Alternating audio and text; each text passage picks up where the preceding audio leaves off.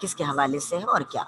دیکھیے مصنف نے کہا آخری پیراگراف میں کہ دیکھ وہ بے گناہ قیدی جس سے کوئی گناہ نہیں ہوا، قید کر لیا گیا اندھیرے کنویں میں، بالکل ایسا کنواں جہاں کوئی روشنی نہیں ہے، کوئی اس میں اجالا نہیں ہے، اور وہ بالکل اندھیرے سے بھرا ہوا گھپ اندھیرے سے بھرا ہوا کنواں ہے، 7 تہخانوں میں بند ہے، اس کا سورج کا سا چمکنے والا چہرہ زرد ہے، پیلا ہو چکا ہے۔ چہرے کا پیلا ہونا یہ اس کی مایوسی کی علامت ہے یا اس کے غم کی علامت ہے۔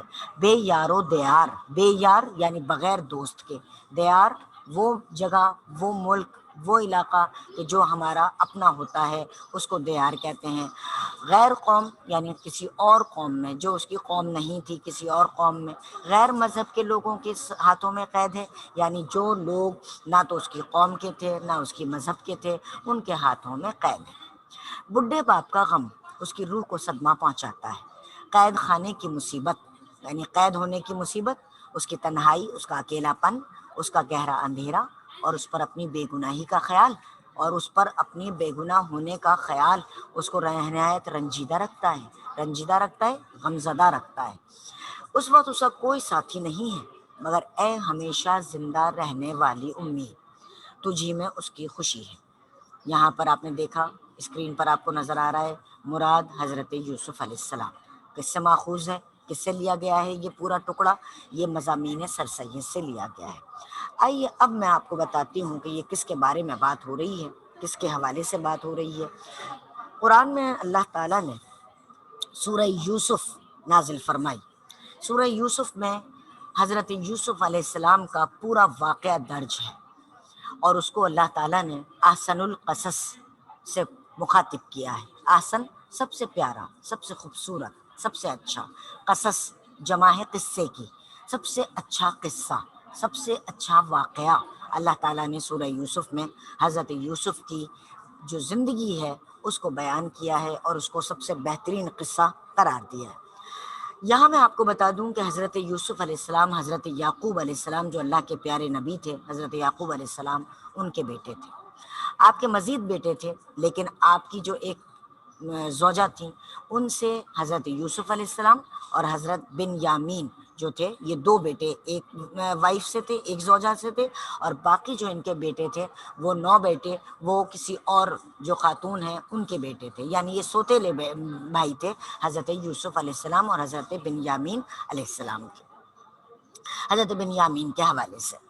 اب یہاں پر ہوا کیا کہ قرآن کیا بیان کرتا ہے؟ قرآن یہ بیان کرتا ہے کہ حضرت یوسف علیہ السلام جب بہت چھوٹے تھے تو انتہائی خوبصورت، بہت ہی حسین، اور ان کے جیسا حسن رکھنے والا کوئی شخص دنیا پر نہ کبھی تھا، نہ ہے اور نہ ہوگا، لیکن نبی پاک صلی اللہ علیہ وآلہ وسلم کے چہرے مبارک میں حضرت یوسف علیہ السلام کا حسن جھلکتا ہوا نظر آتا تھا۔ لہٰذا حضرت یوسف علیہ السلام اللہ کے وہ برگزیدہ بندے اور پیارے نبی تھے کہ جو حضرت یعقوب کے بیٹے تھے۔ حضرت یعقوب علیہ السلام بہت زیادہ پیار رکھتے تھے اور پیار کرتے تھے حضرت یوسف علیہ السلام سے، اور آپ کا بڑا خیال رکھتے تھے، کیونکہ آپ کی والدہ بچپن میں فوت ہو گئی تھی، تو آپ کو چھوٹے بچے کو بہت ہی عزیز رکھتے تھے اور آپ کا ہر طرح سے خیال رکھتے تھے۔ پھر آپ کے اندر عادات اتنی پیاری تھیں کہ وہ خود بخود لوگوں کے دلوں کو اپنی طرف مائل کرتی تھیں، تو اس طرح سے حضرت یوسف علیہ السلام جو تھے وہ اپنے باپ کے ساتھ اور اپنے بھائیوں کے ساتھ پرورش پا رہے تھے۔ آپ کے جو سوتیلے بھائی تھے وہ آپ سے اس لیے حسد رکھتے تھے، اس لیے جلتے تھے کہ حضرت یعقوب علیہ السلام آپ کو چھوٹے ہونے کی وجہ سے آپ سے زیادہ محبت رکھتے تھے، آپ کے باتوں کا خیال رکھتے تھے، آپ کے جذبات کا خیال رکھتے تھے، لہٰذا ان کے دل میں حسد کے جذبات پیدا ہونے لگے آپ کے سوتیلے بھائیوں کے حوالے سے۔ تو انہوں نے حضرت یعقوب علیہ السلام، اور حضرت یعقوب علیہ السلام جانتے تھے کہ اس طرح سے یہ بھائی ان سے دکھاوے کا پیار کرتے ہیں، لیکن اصل میں ان کے دل میں حضرت یوسف علیہ السلام سے نفرت کا اظہار جو ہے وہ موجود ہوتا ہے۔ ایک مرتبہ حضرت یوسف علیہ السلام کو ایک خواب نظر آتا ہے، اور وہ دیکھتے ہیں کہ ستارے اور چاند اور سورج ان کو سجدہ کر رہے ہیں۔ وہ جب جاگتے ہیں، نیند سے بیدار ہوتے ہیں، تو حضرت یعقوب علیہ السلام کو بیان فرماتے ہیں کہ ابا میں نے یہ خواب دیکھا۔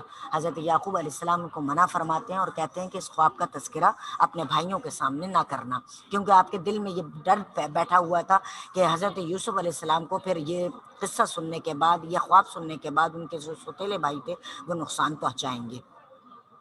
اس لیے ہوا یہ کہ انہوں نے اپنے بھائیوں سے اس کا تذکرہ نہ کیا، لیکن بھائی کیونکہ ان سے چھٹکارا حاصل کرنا چاہتے تھے تو انہوں نے اپنے والد سے ایک درخواست کی اور کہا کہ ابا آپ ہمارے ساتھ یوسف کو بھیج دیجئے، ہم کھیلنے کے لیے جا رہے ہیں، جب ہم کھیل کر آئیں گے یوسف بھی ہمارے ساتھ کھیلیں گے اور واپس آئیں گے تو یوسف آپ کے پاس آ جائیں گے۔ حضرت یعقوب علیہ السلام ڈرتے تھے اپنے بیٹوں کے رویوں سے، لہٰذا آپ نے صاف انکار کر دیا اور حضرت یوسف کو بھیجنے سے منع فرما دیا۔ ہوا کیا؟ ہوا یہ کہ بھائیوں نے بڑی منت سماجت کی اور کہا کہ ہم تو پوری کی پوری ایک جماعت ہیں، ہم تو 11 بھائی ہیں یوسف کو ملا کر، تو ہم تو ان کا پوری طرح خیال رکھیں گے، لہٰذا آپ ہمیں بھیج دیجیے۔ حضرت یوسف علیہ السلام سے جب انہوں نے یہ حضرت یعقوب علیہ السلام سے جب انہوں نے یہ باتیں بیان کی ان آپ کے سوتیلے بھائیوں نے، تو حضرت یعقوب نے ان کو اجازت دے دی اور وہ لے کر چل دیے۔ جب وہ لے کر چلے تو انہوں نے کیا کیا کہ حضرت یوسف علیہ السلام کو ایک کنویں میں پھینک دیا اور آپ کے کرتے کو اتار لیا اور کرتے پر ایک بھیڑیے کا خون جو تھا وہ لگا کر لے کر آ گئے، اور ایسے جھوٹا موٹا خون لگا کر آئے اور آ کے اپنے والد سے کہا کہ والد کے سامنے روتے دھوتے آئے اور کہا کہ یوسف ہم کھیل رہے تھے، یوسف چھوٹے تھے اور ایک طرف بیٹھے تھے، یوسف کو بھیڑیا کھا گیا۔ حضرت یعقوب علیہ السلام نے یہ خبر سنی تو آپ کے دل کو بڑا صدمہ ہوا اور آپ غمزدہ ہو گئے، مگر آپ نے صبر کا دامن ہاتھ سے نہ چھوڑا۔ ادھر ہوا کیا؟ ادھر ہوا یہ کہ ایک قافلہ گزر رہا تھا، انہوں نے حضرت یوسف علیہ السلام کو اندھیرے کنویں سے نکال لیا۔ اب یہاں پر جو آپ کو نظر آ رہا ہے یہ والا پیراگراف جو آخری پیراگراف ہے کہ دیکھ وہ بے گناہ قیدی، یہاں پر حضرت یوسف علیہ السلام ہے۔ بے گناہ یعنی آپ کے کوئی نہ جرم تھا، نہ آپ کا کوئی غلط کام تھا، نہ آپ کا کوئی گناہ تھا۔ ہوا کیا کہ قید کر دیے گئے، کہاں پر؟ نمبر 1 اندھیرے کنویں میں۔ کس نے پھینکا؟ بھائیوں نے پھینکا۔ وہاں پر ایک قافلہ آیا، انہوں نے جب پانی کے لیے ڈول ڈالا، بالٹی ڈالی پانی نکالنے کے لیے، تو بالٹی میں بیٹھے ہوئے حضرت یوسف علیہ السلام اوپر آ گئے۔ قافلے والے خوش ہو گئے، انہوں نے کہا کہ یہ تو بڑا خوبصورت غلام بن جائے گا، اور اس کو پہلے زمانے میں لوگوں کی باقاعدہ اسی طرح مارکیٹس لگتی تھیں، اور اس میں جو ملازمین ہوتے تھے، غلام اور لونڈیاں جو کہ کام کرنے والے ہوتے تھے، ان کی مارکیٹس لگتی تھیں، ان کو خریدا اور بیچا جاتا تھا۔ تو اس طرح انہوں نے کہا کہ ہم تو اس کو بیچیں گے اور پیسے کمائیں گے، لہٰذا یہ قافلہ حضرت یوسف علیہ السلام کو لے کر چلا اور جا کر وہاں پر مصر میں منڈی میں آپ کو کھڑا کر دیا۔ خوبصورتی کی وجہ سے آپ وہاں پر جو عزیز مصر تھا، مصر کا جو ایک تو بادشاہ اور ایک جو اس سے ذرا کم درجے پر جو فائز شخص تھا، وہ اس شخص نے اس کو دیکھا اور اپنے دیکھنے کے بعد وہ اس نے خرید لیا حضرت یوسف علیہ السلام کو اور اپنے گھر لے آیا۔ جب وہ گھر لے آیا تو یہاں پر آنے کے بعد جو اس نے اپنے ساتھ رکھا ان کو، حضرت یوسف علیہ السلام کو، اس کی جو بیوی ہے اس نے دیکھا حضرت یوسف علیہ السلام کو، اور اس نے حضرت یوسف علیہ السلام کو دیکھنے کے بعد وہ انتہائی حیران اور ششدر رہ گئی کہ اتنا خوبصورتی ان کے اندر موجود تھی، اور اس طرح سے وہاں پر وہ جو عزیز مصر تھا اس کے گھر میں رہنے لگے۔ لیکن ایک واقعہ ایسا پیش آیا کہ جہاں پر حضرت یوسف علیہ السلام کو اپنی جو زندگی تھی اس کا خطرہ ہوا، جس کی وجہ سے عزیز مصر نے ان کو 7 تہہ خانوں میں قید کر دیا۔ یہاں پر حضرت یوسف علیہ السلام کی کوئی ایسی غلطی نہیں تھی، صرف ان کو حفاظت کی خاطر بند کیا گیا تھا، لہٰذا 7 تہہ خانے۔ یہاں پر جو ایک لفظ آیا اندھیرے کنویں میں، تو آپ کا پہلے قید ہونا جو بھائیوں نے آپ کو قید کیا، 7 تہہ خانوں میں قید ہونا کیا مطلب ہے کہ یہاں پر کس نے قید کیا؟ یہاں پر عزیز مصر نے قید کیا، اور عزیز مصر نے قید کرنے کے بعد جو ہے یہاں پر وہ حضرت یوسف علیہ السلام قید میں آ گئے۔ آپ خوابوں کی تعبیر بہت اچھی بتاتے تھے، وہاں پر جو قید میں لوگ تھے انہوں نے کچھ خواب بیان کیے، آپ نے ان کو تعبیر بتائی اور بالکل ویسے ہی ان کے ساتھ پیش آیا واقعہ۔ تو انہوں نے جا کر جو ہے ان سے حضرت یوسف علیہ السلام نے فرمایا کہ تم عزیز مصر سے میرا ذکر کرنا میرے نام لے کر، لیکن اللہ تعالیٰ کی طرف سے یہ حکمت تھی کہ وہ دونوں کے دونوں حضرات جن کو خواب کی تعبیر آپ نے بتائی تھی اور جن کا نتیجہ وہی ہوا جو آپ نے تعبیر بتائی تھی، وہ بھول گئے اور انہوں نے ذکر نہ کر سکے۔ تو اس طرح حضرت یوسف علیہ السلام جو ہیں وہ وہیں قید میں رہ گئے۔ پھر ایک مرتبہ ایسا ہوا کہ جب قحط کا زمانہ آنے والا تھا اور بادشاہ نے خواب دیکھا، اور خواب دیکھنے کے بعد جب اس نے لوگوں سے بیان کیا کہ میں نے یہ خواب دیکھا ہے، اس کی تعبیر بتاؤ، تو کچھ لوگوں نے کچھ تعبیر بتائی، کسی نے کچھ تعبیر بتائی۔ پھر ایک دم ان لوگوں کو یاد آیا جو نکل کر آئے تھے قید سے، جن کو حضرت یوسف نے تعبیر بتائی تھی، تو حضرت یوسف علیہ السلام کی تعبیر کے حوالے سے جب یاد آیا تو عزیز مصر کو انہوں نے یہ بات بتائی کہ وہاں پر ایک شخص قید میں موجود ہے، یوسف نام ہے، اور وہ اس طرح سے جو خواب ہیں ان کی تعبیر بتاتے ہیں۔ اس طرح سے حضرت یوسف علیہ السلام کو باہر نکالا گیا۔ باہر نکالنے کے بعد جب آپ نے اس کی تعبیر بتائی اور بتایا کہ اب قحط آنے والا ہے، آپ غلہ جو ہے، جتنا اناج ہے، گیہوں اور دوسرے اناج جو کھائے جاتے تھے اس وقت، ان کو آپ اسٹور کریں، اور اس طرح سے پھر آپ کا جو قحط کا زمانہ ہوگا جب وہ اس میں آپ بہت ہی امن امان کے ساتھ رہیں گے، آپ کے ہاں قحط نہیں پڑے گا۔ آپ کی ہدایت پر عمل ہوا، حضرت یوسف علیہ السلام کی ہدایت پر عمل ہوا، اور اس طرح سے وہ جو ایک قحط کا زمانہ آنے والا تھا وہ مصر میں اس وقت نہ آ سکا اور خوشحالی کا زمانہ رہا۔ تو یہ جو تعبیر آپ نے بتائی، اس کے نتیجے میں عزیز مصر نے جب آپ کو دیکھا تو آپ کو ایک بڑے عہدے پر فائز کیا اور آپ کو وہاں کا نگران بنا دیا، اپنی حکومت میں نگران بنا دیا۔ اس تمام معاملات کو پھر آگے جب آپ سورہ یوسف کے بارے میں پڑھیں گے، ایک طویل قصہ ہے، یہاں تک آپ کو لانے کا مطلب یہ تھا کہ آپ کو یہ بتایا جائے کہ حضرت یوسف علیہ السلام نے دو قسم کی قید کاٹی۔ نمبر ایک، اندھیرے کنویں میں جب ان کے بھائیوں نے پھینکا۔ نمبر دو، جب ان عزیز مصر نے آپ کو 7 تہہ خانوں میں بند کیا۔ دونوں حالتوں میں کیونکہ آپ چھوٹے تھے اور وہ تو ایک لمبا ٹائم پیریڈ گزار کر پھر آپ جوانی کی عالم میں پہنچے اور پھر وہاں سے قید سے نکلے تھے، وہ ایک لمبا ٹائم پیریڈ، ایک لمبا وقت کاٹ کر آپ نکلے تھے۔ تو یہاں پر کیا کہا گیا؟ یہاں پر یہ کیا کہا گیا کہ حضرت یوسف علیہ السلام کے بارے میں سر سید بیان کرتے ہیں کہ اس کا سورج کا سا چمکنے والا چہرہ، یعنی حسین ترین شکل، حضرت یوسف علیہ السلام حسین ترین جو بشر کی صورت میں جو یہاں پر نظر آ رہے تھے، تو آپ کا چہرہ زرد ہے، ان کا چہرہ زرد ہے، یعنی مایوسی، فکر اور کیا ایک غم ان کے چہرے پر نمایاں تھا۔ بے یار و دیار، بے یار، نہ کوئی دوست تھا، نہ کوئی ملک تھا، کوئی قوم اپنی نہیں تھی، غیر قوم میں موجود تھے، غیر مذہب کے لوگوں کے ہاتھوں میں قید ہے۔ اب کیونکہ بچے تھے تو پہلے تو کنویں میں قید رہے، پھر 7 تہہ خانوں میں قید رہے۔ اب بڈھے باپ کا غم اس کی روح کو صدمہ پہنچاتا ہے۔ بڈھے باپ کا غم، اپنے باپ سے بے انتہا محبت رکھتے تھے، اور بے انتہا محبت رکھنے کے بعد اب ظاہر ہے کہ آپ تنہائی کا شکار ہیں، دوسرے ملک میں ہیں، دوسرے لوگوں کے ہاتھوں میں قید ہیں، تو ان کی روح کو صدمہ پہنچاتا تھا۔ آپ انتہائی غمزدہ تھے، اپنے باپ کی جدائی آپ سے برداشت نہیں ہو رہی تھی۔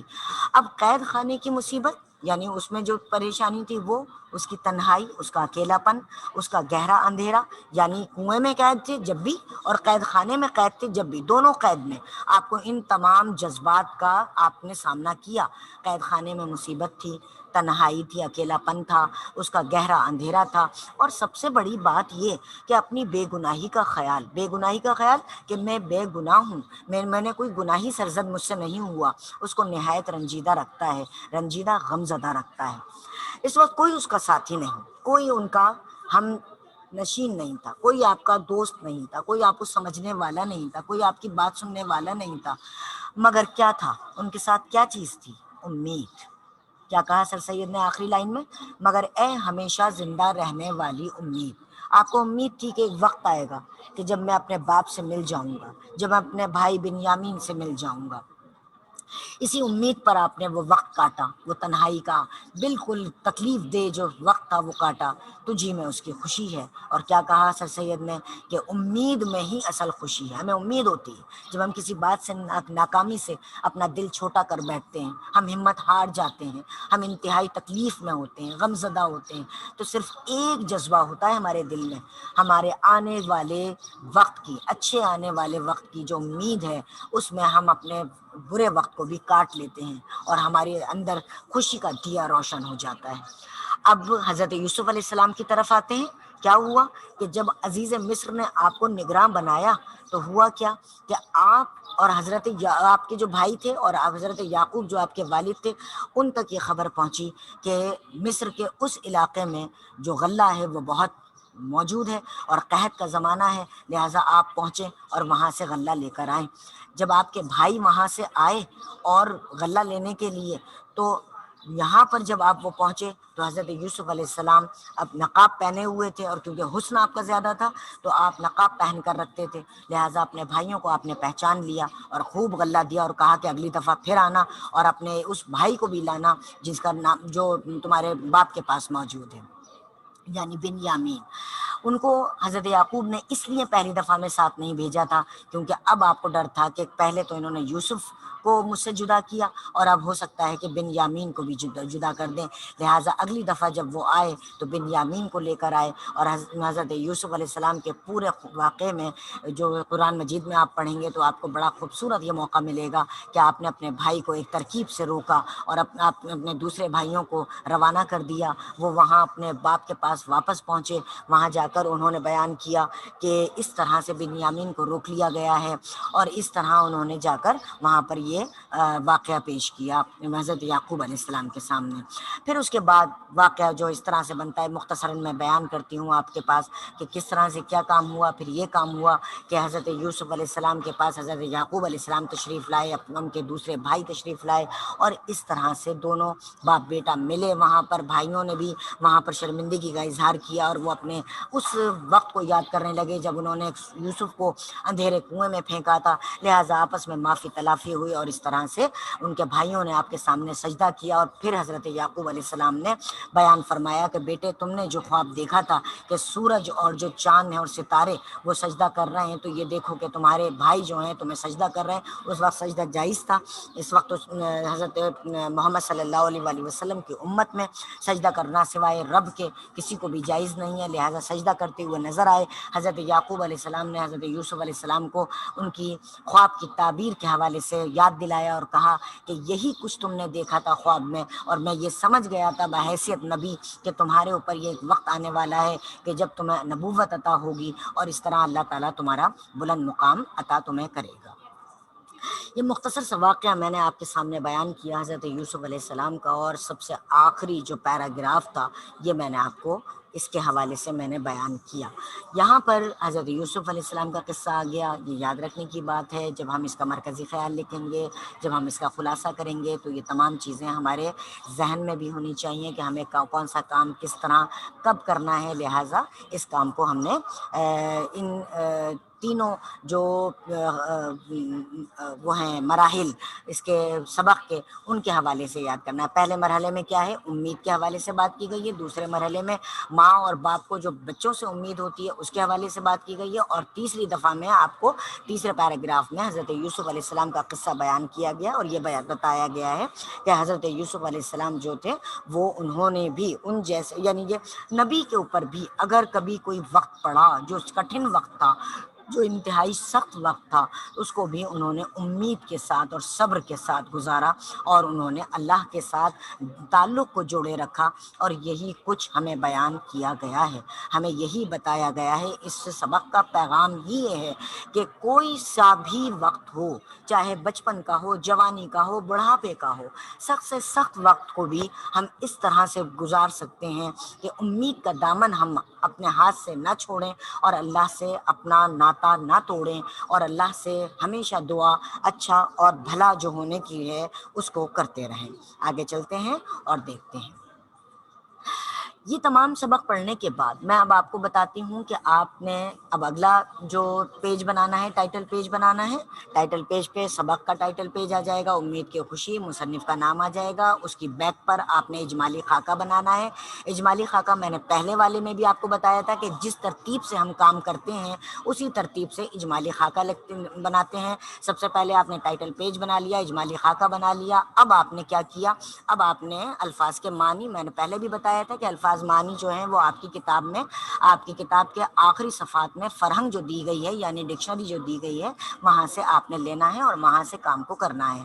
لہٰذا آپ نے الفاظ معنی کرنے ہیں، پھر آپ نے سوال و جواب کرنے ہیں۔ آئیے دیکھتے ہیں، امید کی خوشی، آتش محبت کو بھڑکانا، محبت میں جوش پیدا کرنا، آثار الصنادید، پرانی عمارتوں کے نشان۔ یہ آپ نے پڑھا ہے کہاں پر؟ مصنف کے تعارف میں، کہ یہ ایک کتاب کا نام ہے جو سر سید نے تحریر کی ہے۔ بے ریا، جس میں دکھاوا نہ ہو، بے یار و دیار، وطن سے دور اور بے سہارا، تختی اجزاء میں تقسیم کرنا، جواد الدولہ، دولت بخشنے والا، خوش آئن، اچھے مستقبل والا، خوش الحان، میں نے پہلے بھی بتایا تھا جب کل میں نے پڑھایا تھا، الحان جمع ہے لہن کی، لہن کا مطلب ہے آواز، عربی کا لفظ ہے، اچھی آواز والا، سریلی آواز والا۔ ڈھیر قبر کے معنی میں استعمال ہوا ہے۔ راگنیاں، راگ کی مؤنث، راگ راگنیاں، گیت نغمے، سروکار پڑھنا، واسطہ پڑھنا، شاداب اور سرسبز، تازہ اور ہرا بھرا۔ غوغاں، اس میں صوت، اس میں صوت یعنی آواز کا، جو آواز کا نام ہے، جیسے ہم کہتے ہیں وہ تو غوغاں کر رہا ہے، کیا مطلب ہے کہ یہ ایک ایسا نام ہے جو آواز نکلنے کی آواز ہوتی ہے، اس کو ہم کہتے ہیں دودھ پیتے بچے کی آواز۔ کوپل، تازہ ننا پودا، ننھی پتی، میں نے آپ کو بتایا تھا کہ جب میں نے پڑھایا تھا یہ سبق تو اس کے شروع میں یہ ہمارے پیراگراف میں شامل تھا۔ آگے چلتے ہیں، گہوارہ، کٹھن گھڑی، مشکل وقت، یہ بھی بتا چکی ہوں میں، یہ ہندی کا لفظ ہے، سنسکرت لفظ ہے۔ گہوارہ، بچے کے سلانے کا جھولا، پالنا، لہد قبر کو کہتے ہیں۔ لوری، وہ سریلے بول جو ماں بچے کو سلانے کے لیے رات کو گا کر سناتی ہے۔ مہد کسے کہتے ہیں؟ ماں کی گود کو کہتے ہیں۔ منصف کون ہوتا ہے؟ جج ہوتا ہے، انصاف کرنے والا ہوتا ہے۔ مکتب کسے کہتے ہیں؟ مدرسے کو کہتے ہیں۔ نیز یعنی اور یا بھی۔ آگے آئیے، مشق دیکھیے، درج ذیل سوالات کے جواب دیجیے۔ اب آپ نے کیا کرنا ہے؟ آپ نے ٹائٹل پیج بنا لیا، اجمالی خاکہ بنا لیا، اور اب آپ نے الفاظ معنی تحریر کر دیے۔ اگلے صفحے پر اب آپ نے کام کرنا ہے، اور سب سے پہلے مصنف نے امید کو خوشی کیوں قرار دیا۔ اب سبق میں پڑھا چکی ہوں، آپ نے بہت اچھی طرح سے پورے سبق میں سے تلاش کرنا ہے وہ جواب جو پورے سبق میں آپ کو ملتا ہے کہ امید کو خوشی کیوں قرار دیتا ہے مصنف۔ اچھا، نمبر دوسرے پر دیکھیے، ماں بچے کو کیا لوری دیتی ہے، کیا گانا گاتی ہے، کیا سریلے بول بولتی ہے۔ بے گناہ قیدی رنجیدہ کیوں تھا، اس کی رنجیدہ ہونے کی وجہ وہ آخری پیراگراف میں بیان کیا گیا ہے۔ اب آئیے، آپ کی کون سی امید آپ کے والدین کے لیے خوشی کا باعث ہے، کیا مطلب ہے؟ یہاں بیان کیجئے کہ آپ کون سی امید رکھتے ہیں، کیا امید ہے آپ کو جو آپ کو آپ کے والدین کو خوشی فراہم کرتی ہے کہ میرا بچہ یہ سوچتا ہے، یہ پلاننگ ہے اس کی، یہ منصوبہ ہے، لہٰذا والدین کو خوشی فراہم کرتی ہے۔ اچھا، سوال نمبر 2 پر آئیے، سبق کا خلاصہ بھی تحریر کرنا ہے، وہ میں نے بتایا تھا کہ 1 صفحے کا ہونا چاہیے، لہٰذا سبق کے خلاصے کو آپ نے تحریر کرنا ہے۔ اب اس کے بعد سوال نمبر 2 کے بعد ایک اور سوال کیجئے گا، یہاں پر موجود نہیں ہے، میں آپ کو بتاتی ہوں، اور وہ کیا ہے؟ وہ ہے سوال اس سبق کا مرکزی خیال۔ اب آپ کو میں بتا چکی پہلے والے سبق میں جب میں نے آپ کو پڑھایا تھا اخلاق نبوی، تو میں نے اس میں آپ کو مرکزی خیال کا ایک پیٹرن میں نے آپ کو دکھایا تھا اور بتایا تھا کہ مرکزی خیال کیسے بنایا جاتا ہے۔ مرکزی خیال کیا ہے؟ مرکزی خیال یہ ہے کہ 4 یا 5 جملوں میں آپ نے سبق کا پیغام، جو آپ نے پیغام حاصل کیا، جو میسج ریسیو کیا، اس کو آپ نے مرکزی خیال کی صورت میں لکھنا ہے۔ میں نے یہاں شامل نہیں کیا، لیکن آپ کو خود لکھنا ہے، پہلے والے سبق میں شامل تھا، اس کو آپ ایک نظر دیکھ سکتے ہیں۔ اور سیدھی سی بات ہے کہ جب ذہن میں بچے کے یہ کلیئر ہو جائے کہ میں جب یہ سبق کا مرکزی خیال لکھوں گا تو مجھے اصل میں کیا بتانا ہے، مجھے یہ بتانا ہے کہ اس سبق کو پڑھ کر میں نے کیا میسج ریسیو کیا، میں نے کیا سیکھا، مجھے اپنی زندگی میں کیا شامل کرنا ہے، لہٰذا آپ نے مرکزی خیال لکھنا ہے۔ مرکزی خیال لکھنے کے بعد اب آپ نے یہاں پر قواعد کا کام کی ہیڈنگ ڈالنی ہے۔ دیکھیے سوال نمبر 3، درج ذیل الفاظ اور تراکیب اپنے جملوں میں استعمال کیجیے۔ کیا ہے ترکیب بھائی؟ ایک ہے محنت کا پھل، جملہ بنا سکتے ہیں، کیا ہوتا ہے محنت کا پھل؟ ظاہر ہے کہ جو محنت کرتا ہے اس کو محنت کا پھل ملتا ہے. تو یہاں پر ایک اچھا سا جملہ بنا کر آپ نے کالم، سب سے پہلے آپ کالم بنائیں گے، پہلے کالم میں الفاظ لکھیں گے اور ایک براڈ جو کالم ہوگا، چوڑا کالم ہوگا، اس میں آپ جملے لکھیں گے. آتش محبت یعنی کہ محبت کی آگ، پیار کی آگ. اب وہاں پر کہاں پڑھا تھا آپ نے کہ وہ جب بچہ روتا ہے تو اس کا رونا جو ہے وہ ماں کی آتش محبت کو بھڑکاتا ہے، یعنی کہ زیادہ کرتا ہے، اس میں اضافہ کرتا ہے. اب درد کی دوا، درد کی دوا یہ وہ نہیں ہے جو ہم یہ کہہ دیں گے میں ڈاکٹر کے پاس گیا تھا تو میں نے درد کی دوا حاصل کر لی. درد کی دوا کا مطلب ہے یہاں پر جو اصل لفظ ہے اس کا معنی جو ہے وہ یہ ہے علاج. جیسے ہم یہ کوئی بھی جملہ استعمال کر سکتے ہیں کہ بھائی تعلیم ہر درد کی دوا ہے، یا قرآن میں ہر درد کی دوا موجود ہے، یا اسلام ہمیں ہر درد کی دوا فراہم کرتا ہے، یعنی تمام معاملات کو لے کر چلتا ہے. اچھا، اب درد کی دوا کے بعد خوش الحان.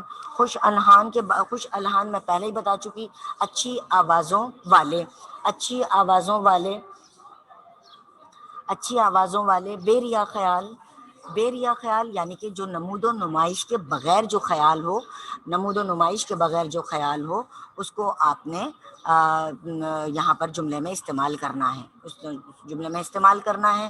اور اس کے بعد جو اگلا لفظ ہے کٹھن گھڑی. کٹھن گھڑی، اب یہ آپ نے دیکھا کٹھن گھڑی ہے، میں پہلے بتایا کہ سخت جو وقت ہوتا ہے اس انسان کی زندگی میں اس کو یہ یہاں پر بیان کرتا ہے. اس کے جملے آپ نے بیان کرنے ہیں. اب دیکھیے وہاں سوال نمبر 1 میں پھر وہی ہے، گھر کا کام ہے، ظاہر ہے کہ یہ تو یہاں پر یہ ریپیٹ کر دیا گیا ہے، اس کو دیکھیے گا. سوال نمبر 2 کو دیکھیے، سبق کے 5 تراکیب لفظی تحریر کیجیے. تراکیب لفظی یہ میں نے پڑھایا تھا آپ کو سبق شروع میں، کل جو پہلا جو لیکچر تھا میرا اس میں نے آپ کو بتایا تھا ترکیب کا مطلب ہے مرکب. مرکب کا مطلب ہے ملانا، مکسچر.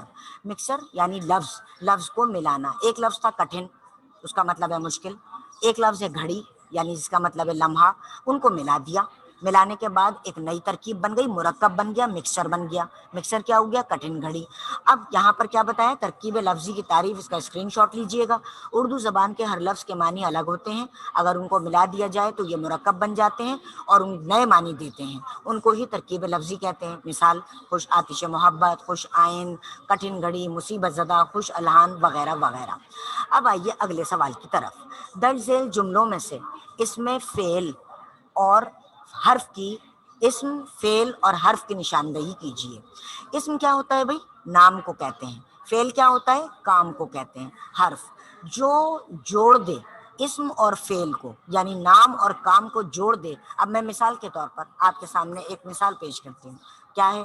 اسلم چائے پی. اب میرا جملہ جو ہے نامکمل ہے، یہاں پر نامکمل ہے. آپ فوراً مجھ سے کہیں گے کہ مس آپ نے جملہ نامکمل بولا. میں کہوں گی کیوں؟ آپ نے کہا یہاں پر آپ کو استعمال کرنا چاہیے تھا اسلم نے چائے پی. نے غائب تھا آپ کے جملے سے. نے کیا چیز ہے؟ حرف ہے. حرف کیا چیز ہے؟ جو نام اور کام کو جوڑے. اب دیکھیے اب کیا کرنا ہے. اب اسلم نے چائے پی، حامد کتاب پڑھ رہا ہے، کراچی میں رہتی ہے. فعل کا ہم نے کالم بنایا، اسم کا کالم بنایا، حرف کا کالم بنایا. پہلے جملے میں چائے پی فعل کو ظاہر کر رہا ہے، کام کو ظاہر کر رہا ہے. کون کر رہا ہے یہ کام؟ اسلم. حرف کیا ہے؟ نے. اب اگلے جملے میں دیکھیے کیا کام ہو رہا ہے؟ پڑھا جا رہا ہے، پڑھ رہا ہے. اسم کون ہے؟ حامد ہے. یہاں پر حرف کیا ہے؟ کچھ بھی نہیں ہے. وہ کراچی میں رہتی ہے، رہنا فعل ہے، یہ آگے رہتی ہے. اسم کون؟ کراچی میں. حرف کیا ہے؟ کہاں رہتی ہے؟ میں. لہٰذا اس کو آپ نے کالم وائز یہاں پر بیان کرنا ہے. کثیر الانتخابی سوالات کی طرف آ جائیے. درست جوابات منتخب کر کے نشان لگائیے. امید کی خوشی کے مصنف کون ہے؟ 4 آپشن آپ کے سامنے ہیں. سبق کو سامنے رکھیے اور درست جواب وہاں سے سلیکٹ کر کے وہاں پر لکھیے. مصنف نے ڈیش کو نا امید دلوں کی تسلی قرار دیا. مسرت کو، امید کو، روشنی کو، راحت کو. سبق میں بے گناہ قیدی سے مراد کون ہے؟ یہاں پر 4 آپشن ہیں، صحیح جواب تلاش کیجئے. اگلا دیکھیے تو مہد سے لحد تک ہمارے ساتھ رہتی ہے. یہ جملہ لیا گیا ہے کون سے سبق سے؟ یہ جب دیجئے. نمبر 4 کو دیکھیے جو میں ابھی مس کر گئی تھی. بے گناہ قیدی کو ڈیش کا غم اس کی روح کو صدمہ پہنچاتا ہے. کیا مطلب؟ بڈھے باپ کا، دولت کا، جائیداد کا، یا اندھیرے گھر کا. آگے چلیے. اس کے بعد بچہ آنسوؤں سے اپنی ماں کی ڈیش کو بھڑکانے کے قابل ہوا، کٹھن گھڑی کو، خوش الان کو، بے ریا خیال کو یا آتش محبت کو۔ درست جواب یہاں سے منتخب کیجیے۔ ڈیش سے ہر ایک رنج میں آسودگی ہے، تسلی سے، راحت سے، کونپل سے، امید سے۔ درست جواب۔ لفظ خار فارسی کا لفظ ہے، خار کہتے ہیں فارسی میں کانٹے کو، اس کا متضاد کیا ہے؟ گل ہے، گل کا مطلب پھول، گل ہے، گل کا مطلب ہے مٹی، یا گل ہے یعنی سڑ جانا، خراب ہو جانا، گلا ہے شکوہ ہو جانا۔ تو متضاد کون ہے؟ صحیح لفظ ہے اس کا متضاد ہے گل۔ خار کا متضاد ہے فارسی میں، خار کانٹے کو کہتے ہیں اور گل پھول کو کہتے ہیں۔ سر سید احمد خان نے اپنے ادبی زندگی کا آغاز کس سے کیا؟ جسارت سے، جنگ اخبار سے، سید الاخبار سے، ڈان اخبار سے۔ سر سید احمد خان کو جواد الدولہ اور ڈیش کے خطابات دیے گئے، عرفان جنگ، عارف نصر یا عرفان۔ سر سید احمد خان نے مسلمانوں کے اخلاق سدھارنے کے لیے ایک رسالہ کون سا نکالا؟ درست جواب منتخب کیجیے۔ آثار السنادید، خطبات احمدیہ، تاریخ سرکشی بجنور کے تحریری شاہکار کس کے ہیں؟ اب وہ مصنف کا نام آپ نے وہاں سے لیجیے۔ گھر کا کام یہاں پر میں نے آپ کو دے دیا ہے، سامنے اسکرین پر ہے، اسکرین شاٹ لیجیے گا۔ سوال جواب تمام ترتیب آپ کو میں بتا چکی، آپ کا سبق مکمل ہو چکا۔ اب میں آپ سے اجازت چاہوں گی اور انشاءاللہ اگلا جو شیڈیول ہوگا اس کے مطابق آپ نے کلاس لینی ہے اور تمام بچوں نے حاضر رہنا ہے۔ تمام بچوں کا بہت شکریہ جو موجود تھے یہاں پر، اور اپنے کام کو بالکل اسی حوالے سے کر لے کر آئیے گا، اسکرین شاٹ لیتے جائیے گا۔ گھر کے کام کے لیے اسکرین شاٹ ہے اور اس کو اسی طرح سے اپنی کاپی کو مینٹین کیجیے گا جس طرح کہ آپ کو ہدایت دی گئی۔ تمام بچوں کو اللہ حافظ، اپنا خیال رکھیں۔